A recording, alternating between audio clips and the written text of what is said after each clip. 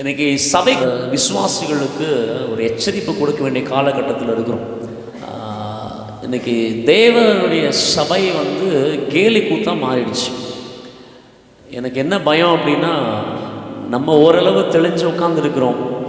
அடுத்து என் பிள்ளைங்க, நம்முடைய சந்ததிகள், அடுத்து இப்போ இருக்கிற வாலிப பிள்ளைங்க, அடுத்து இருக்கிற சின்ன பிள்ளைகள், அவங்கள் எப்படி இந்த சத்தியத்துக்குள்ளே நிலைப்பாங்களோன்ற எனக்கு கேள்வி எனக்கு பயங்கரமாக இருக்குது. Praise the Lord. ஏன்னா தேவ சபையில் சினிமா பாட்டு பாடி அந்நிய பாஷை பேசி கர்த்தரை ஆராதிக்கிறாங்க. சினிமா பாட்டை சபையில் பாடி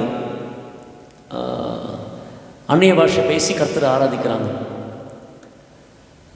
ஏன்னா நமக்கு வேறு எதுவும் பாட்டு இல்லை பாருங்கள். இங்கே எல்லாம் அந்த பாட்டு பஞ்சம் வந்ததுனால இன்றைக்கி சினிமா பக்கம் திரும்பிட்டாங்க. அந்த பாட்டு தீர்க்க தரிசனமாக இருக்குன்னு வேற சொல்கிறாங்க.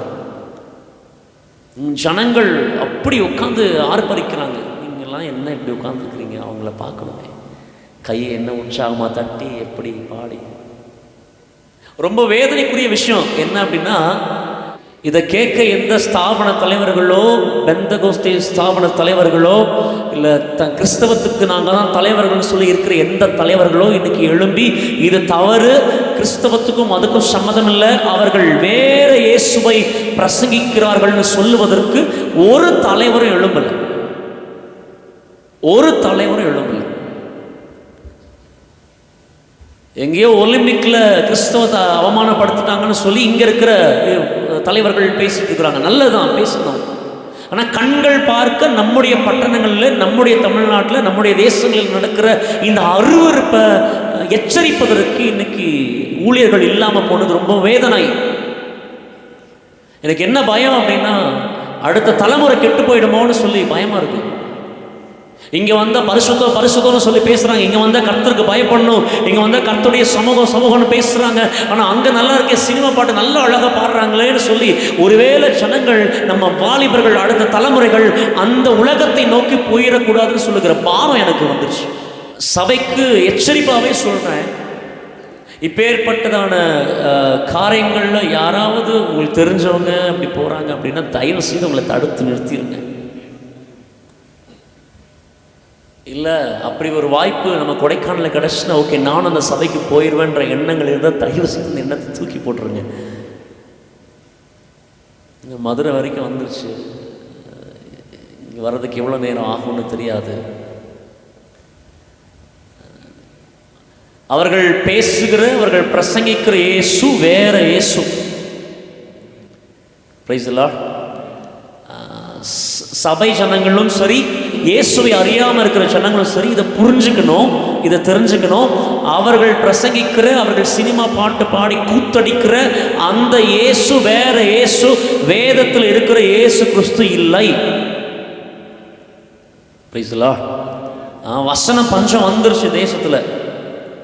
வசன பஞ்சம் வந்துருச்சு நம்முடைய தமிழ்நாட்டில், நம்முடைய கிறிஸ்தவ வட்டாரத்துக்குள்ள வசன பஞ்சம் வந்துருச்சு. சத்தியத்துக்கான பஞ்சம் வந்துருச்சு.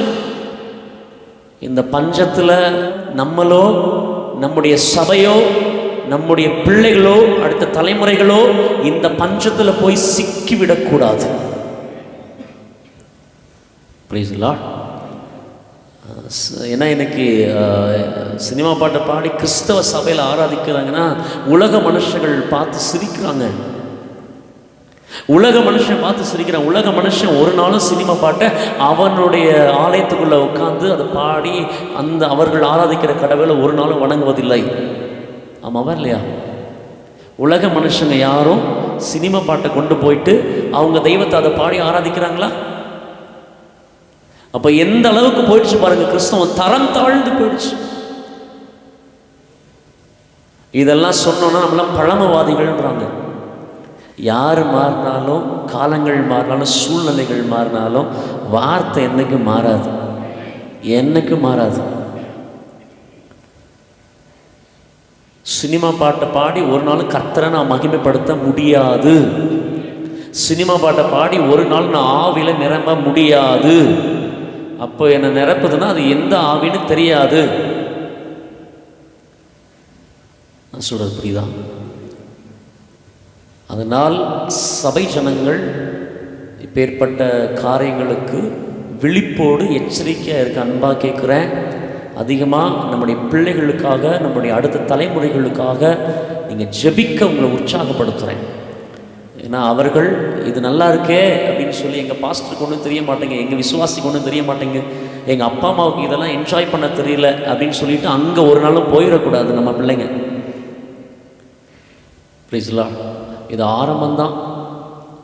இன்னும் நாட்கள் வரும் வர எல்லா சபைகளையும் பேர் மாறுவதற்கான வாய்ப்புகள் ரொம்ப அதிகமாக இருக்குது. அதனால் நம்ம இந்த கடைசி நாட்களில் எச்சரிக்கையாக இருக்கணும்னு சொல்லி கேட்குறேன். பிரைஸ்லா, கர்த்தர் உங்களை ஆசீர்வதிப்பார்.